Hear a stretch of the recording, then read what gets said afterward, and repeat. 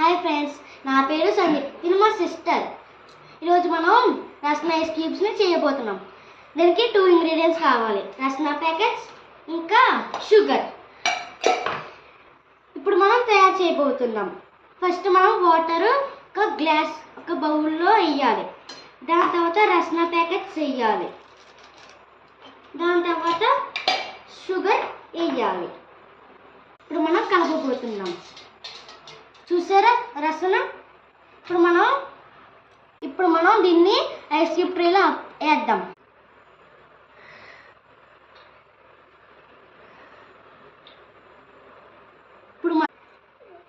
దీన్ని 2 అవర్స్ ఫ్రిడ్జిరేటర్లో పెట్టాలి.